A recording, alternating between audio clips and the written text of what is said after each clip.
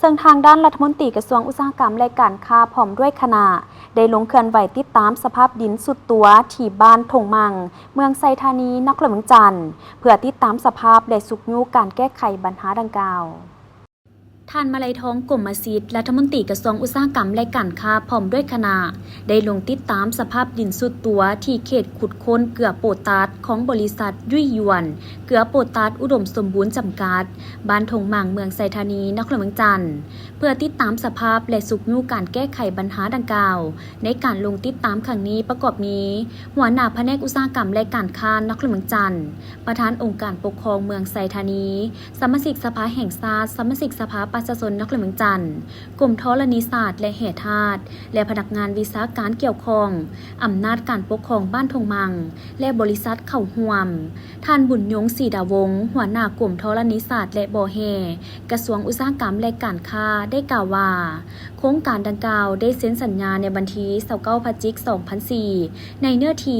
7,800 เฮกตาร์ซึ่งได้แบ่งออกเป็น 2 เขตที่ 1 มีเนื้อที่ 3,000 เฮกตาร์เอิ้นชื่อว่าเขตนาตาลและเขตที่ 2 มีเนื้อที่ 4,800 เฮกตาร์เอิ้นว่าเขตทงมังอายุสัญญาทั้งหมดแม่น30 ปีเกี่ยวกับเหตุการณ์ดินยุบดินแตกตัวในระยะเดือนพฤษภาคมของปีนี้มาฮอดปัจจุบันสรุปได้ทั้งหมดเกิดขึ้น4ครั้งซึ่งครั้งที่ 1 อยู่จุดที่ 1 มีสภาพดินแตกตัวยาว70 เมตรเกิดขึ้นในวันที่ 4 พฤษภาคม 2025มีผลกระทบต่อเนื้อที่ดินหนองปลาฟาร์มไก่เฮือนประชาชนพื้นแตกสำหรับครั้งที่ 1 เกิดขึ้นอยู่2จุดคือจุดที่ 2อยู่กลางทงนาลักษณะหน้าดินไหนาเอียงลงบ่ถึงกับว่าเป็นหลุมจุดที่ 2แม่นวันที่14 กันยามีลักษณะดินสุดโตลงเป็นหลุมกว้าง10 เมตรเลิก 3.5 เมตรจุดที่ 3 เกิดขึ้นในวันที่23 ตุลาคม 2025มีขนาดคล้ายกับจุดที่ 2ลักษณะการเกิดความกว้าง10 เมตรเลิกประมาณ5 เมตรจุดที่ 4 เกิดซ้ำจากจุดที่ 3เพราะว่าหลังจากถมแล้ว6 วันก็คือวันที่30 ตุลาก็หยุบซ้ำลงไปมีขนาด8 เมตรและลึก5 เมตรท่านศิลปากรพรหมไสสีประธานคณะกรรมการปกครองเมืองไซธานี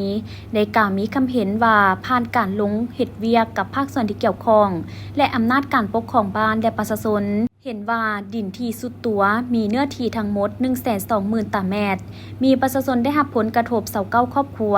พร้อมนั้นยังมีเนื้อที่ความเสี่ยงบริเวณใกล้เคียงอีก350,000 ตารางเมตรภายหลังสมทบกับ19ครอบครัวและภาคส่วนที่เกี่ยวข้องหารือเห็นว่ากำหนดได้หลักการชดเชยเบื้องต้น2หลักการคือเขตที่ดินสุดตัวประชาชนจะขายและบริษัทเห็นดีซื้อเขตดินสุดตัวหลักการที่2ดินที่เจือนหรือมีความเสี่ยงจะเฮ็ดในรูปแบบการเช่าเป็นระยะ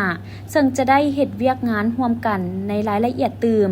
จากนั้นผู้เข้าร่วมก็ได้ยกหลายปัญหาขึ้นแลกเปลี่ยนปรึกษาหารือกันเพื่อสร้างความเข้าใจเป็นเอกภาพและกำหนดแผนเฮ็ดเวียกงานร่วมกันในการลงเฮ็ดเวียกและติดตามตัวจริง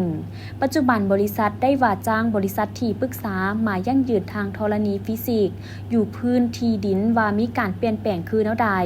ซอกหาข้อมูลทั้งวิทยาศาสตร์เพื่อกำหนดมาตรการป้องกันบ่ให้เกิดขึ้นอีกและเป็นข้อมูลชี้แจงให้สังคมรับทราบในการลงติดตามครั้งนี้ท่านมาลัยท้องกรมศิษย์ได้กล่าวว่าภายหลังได้ลงติดตามกวดกาสภาพตัวจริงและขอเอกภาพบรรดาคำเห็นนำขณะที่ลงมาในครั้งนี้โดยเฉพาะแมนให้กรมธรณีศาสตร์และบ่อแห่สมทบกับแผนกอุตสาหกรรมและการค้านครหลวงเมืองจันทร์สภาประชาชนนครหลวงเมืองจันทร์สภาแห่งชาติอำนาจการปกครองเมืองและบริษัทให้ลงติดตามอย่างใกล้ชิดมีความเป็นเอกภาพกันในการแก้ไขปัญหาเพื่อลดพ้นผลกระทบมีมาตรการเพิ่มเติมติดตามเขตที่อาจมีการล้ำไปสำหรับเขตที่มีความเสี่ยงประชาชนยุติกิจกรรมก่อนพร้อมนั้นให้กวดเบิงรายหาบที่ประชาชนสูญเสียจากการผลิตมีเท่าใดและจะหากิจกรรมใดมาทดแทนหรือสดเสยให้ประชาชนในระยะที่ล้อท่าเซียวซานเอกราชจากประเทศเยอรมันที่จะมาช่วยเก็บกำข้อมูลเอาไปศึกษากวดกาคืนทางด้านเทคนิคและมีคำแนะนำให้กับพวกเขานั้นคิดว่าจะนำไส้กลไกของคณะที่ลงไปแก้ไขนี้โดยกรมธรณีศาสตร์และแห่ธาตุสมทบกับแผนกอุตสาหกรรมและการค้า